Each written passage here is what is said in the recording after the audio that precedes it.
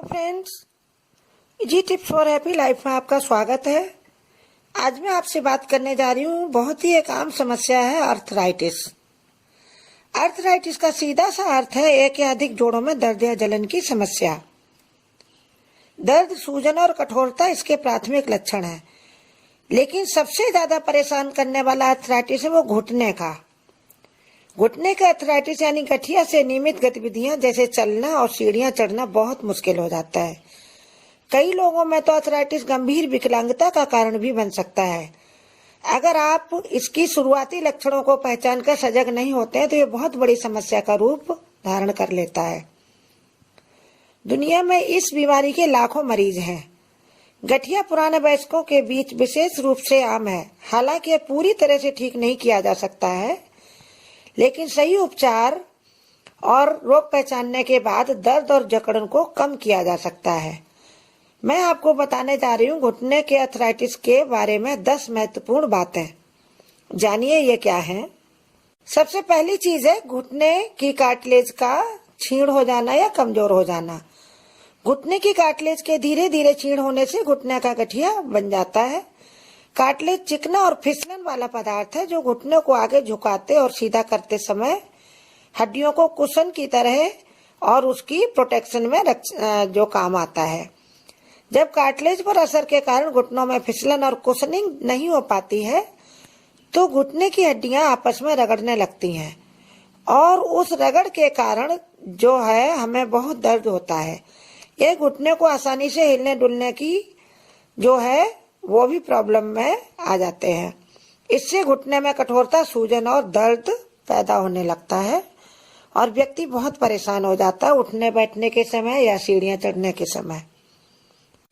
इसके लक्षणों का धीरे धीरे विकास होता है, लेकिन कभी कभी अचानक भी दर्द शुरू में ही हो सकता है। घुटने का अर्थराइटिस के प्रारंभिक लक्षणों में शारीरिक गतिविधि के बाद जोड़ों में दर्द या सुबह उठते ही कठोरता का अनुभव शामिल होता है। आप अचानक अपने फैले हुए पैरों को मोड़ नहीं पाते हैं तो इससे समझना चाहिए कि आपको घुटने में दर्द की समस्या होने जा रही है। समय के साथ लक्षण जल्दी जल्दी दिखने लगते हैं।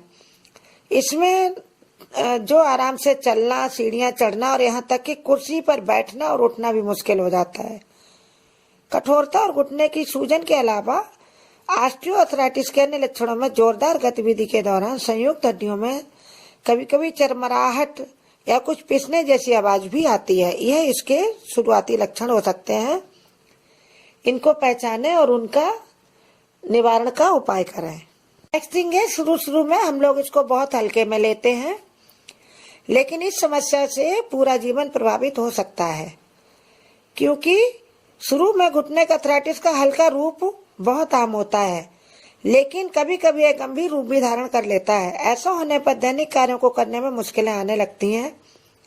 अर्थराइटिस सिर्फ शारीरिक ही नहीं, मानसिक रूप से भी व्यक्ति को प्रभावित करता है, क्योंकि यह बहुत दर्द देता है और दर्दनाक हालात अवसाद और चिंता के रूप में विकसित हो जाते हैं, जिससे व्यक्ति को फिर अच्छे से नींद नहीं आती है और आखिर में कभी कभी ये मानसिक परेशानी का कारण बन जाता है।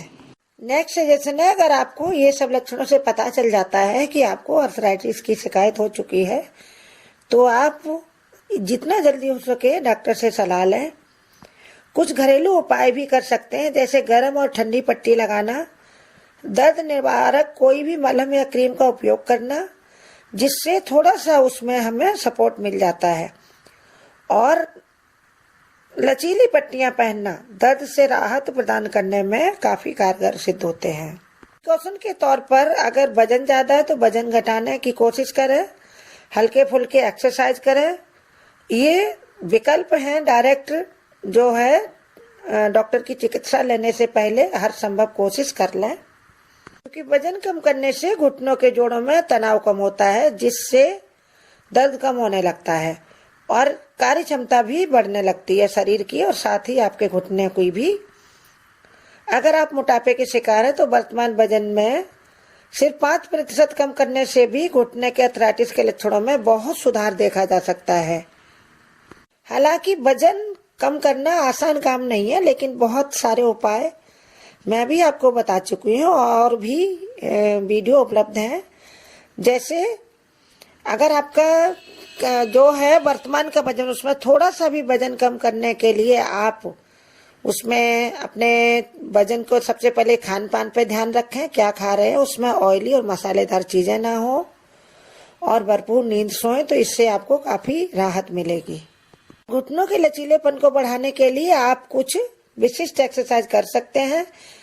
कम प्रभाव वाली एरोबिक्स एक्सरसाइज जैसे कि वॉकिंग या फिर साइकिलिंग जो है आर्थराइटिस के दर्द और अन्य लक्षणों से छुटकारा आपको दिला सकती है। स्ट्रेचिंग भी आप कर सकते हैं अपने पैरों की मांसपेशियों को मजबूत बनाने के लिए। एक हफ्ते में कम से कम 5 बार हल्की एक्सरसाइज करते रहें तो आपको शुरुआती लक्षणों से छुटकारा पाने में बहुत मदद मिलेगी। नेक्स्ट मैं आपको एक घरेलू उपाय बताने जा रही हूँ। उसके लिए आप 200 ग्राम तिल के तेल में 50 ग्राम अजवाइन, जो बाजार में आपको आसानी से मिल जाएगी, और उतना ही लहसुन की कलियां, उतने वजन की, आप उनको तेल गरम करें और उसमें अच्छे से इनको गरम करते करते जब ये जल जाए, कालापन ले लें, तब आप उस तेल को गैस से उतार लें और ठंडा होने दें। उसके बाद उसको छान कर रख लें। इस तेल की मालिश सुबह शाम करने से आपको बहुत जल्दी दर्द में राहत मिलेगी। नेक्स्ट और सबसे जरूरी चीज है, स्वयं की देखभाल पर पूरा ध्यान दें। कभी कभी हमारे शरीर में आराम की जरूरत होती है और शरीर हमें पहले से बताने लगता है, थकान का संकेत देने लगता है। ऐसा महसूस होने पर शरीर ज्यादा संघर्ष कर रहा है तो आपको तुरंत आराम करना चाहिए। रात की भरपूर नींद और स्वस्थ आहार की मदद से आप घुटने और गठिया के लक्षणों को बेहतर तरीके से कम कर सकते हैं। दर्द उठने पर घुटने पर गर्म या ठंडा पैक या गर्म तौलिया भी लगा लें।